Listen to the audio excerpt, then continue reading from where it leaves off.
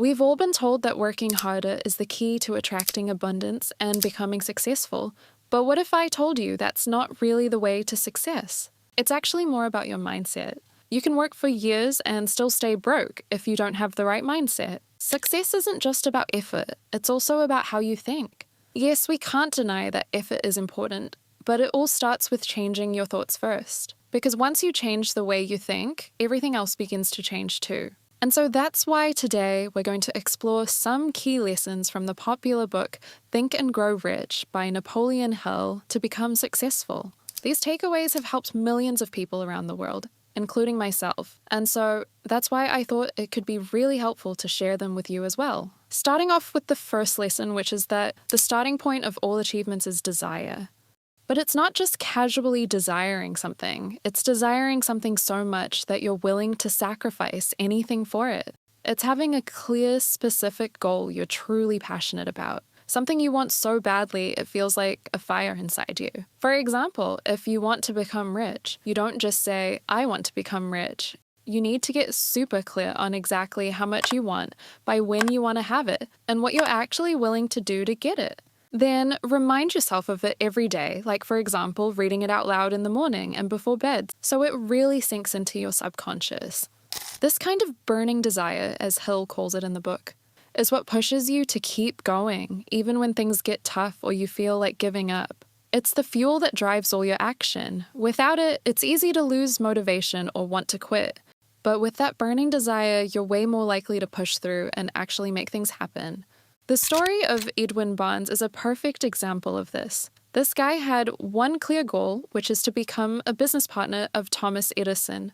The problem was, Barnes had no money, no experience, and no connections. The only thing he had was a burning desire. He was so sure about what he wanted that he literally hopped on a train with barely anything in his pocket and went straight to Edison's office. Now, of course, Edison didn't just make him a partner on the spot, but he saw something in Barnes. He saw a kind of deep desire in him that most people don't have. So he gave him a small job. Barnes didn't complain. He took that opportunity, worked hard, and after years of persistence, he finally reached his goal, and he finally became exactly what he said he would. And all of that started with nothing but a clear vision and a burning desire to make it real. And so this goes to show that success doesn't start with luck or even talent. It starts with a clear vision and a deep desire to make it real. When you know exactly what you want and you want it badly enough, you'll find a way to keep going even when it gets tough. The next lesson is believe it before you see it, or in other words, faith.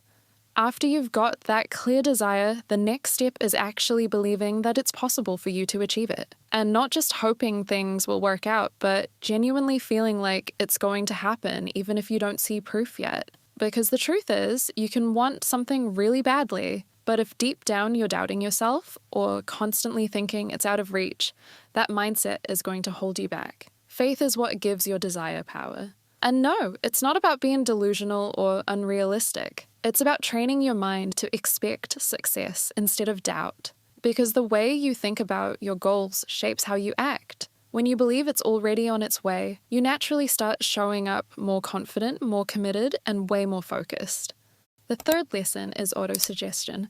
And what it simply means is feeding your mind positive thoughts over and over until they become your reality. It's all about using the power of repetition to influence your subconscious mind. Because what you consistently tell yourself, whether it's good or bad, shapes how you see yourself and what you believe you can achieve. If your mind is filled with doubt or negativity, it's going to hold you back. But if you make a habit of repeating your goals and positive affirmations, you're programming yourself to believe in success. The next lesson is all about specialized knowledge, meaning only learning what really benefits you. Instead of trying to learn a bit about everything, you need to focus on learning only the areas that are going to be beneficial to you. It's easy to get distracted by all kinds of information out there, but not all knowledge moves you closer to your goals.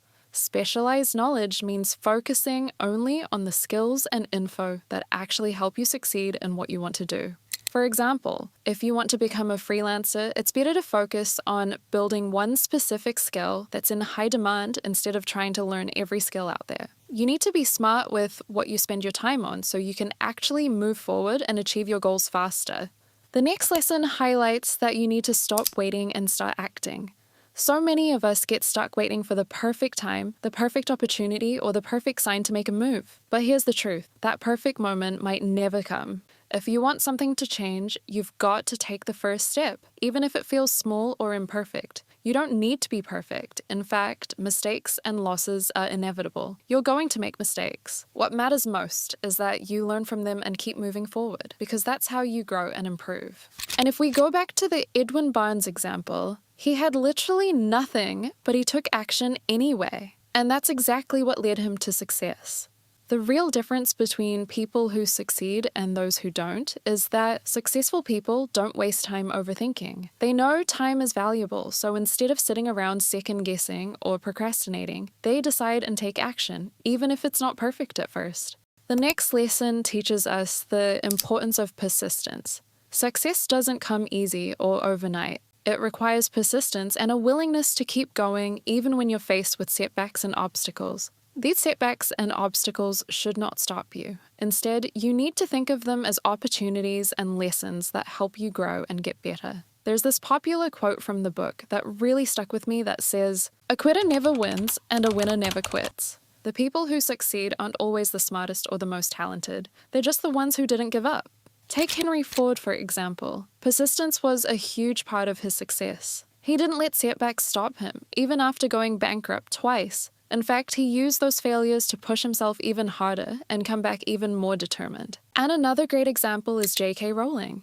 Before Harry Potter became a global success, she was a single mom on welfare, and she was going through a really tough time. She submitted her book to 12 different publishers, and every single one of them rejected it. But regardless, she didn't let that stop her. She just kept trying until one publisher finally gave her a chance, and that completely changed her life. And that's the mindset you need if you want to succeed at anything. Things won't always go your way, but if you stay consistent and don't give up, believe me, it's only a matter of time before you make it. The next takeaway is the mastermind, which means surrounding yourself with the right people. Your environment and the people you surround yourself with can have a huge impact on your success. And so that's why it's key to be around a positive and encouraging mastermind group who challenges you to grow and level up. Because the truth is, the people around you can either lift you up or hold you back, and it's up to you to decide who you let in.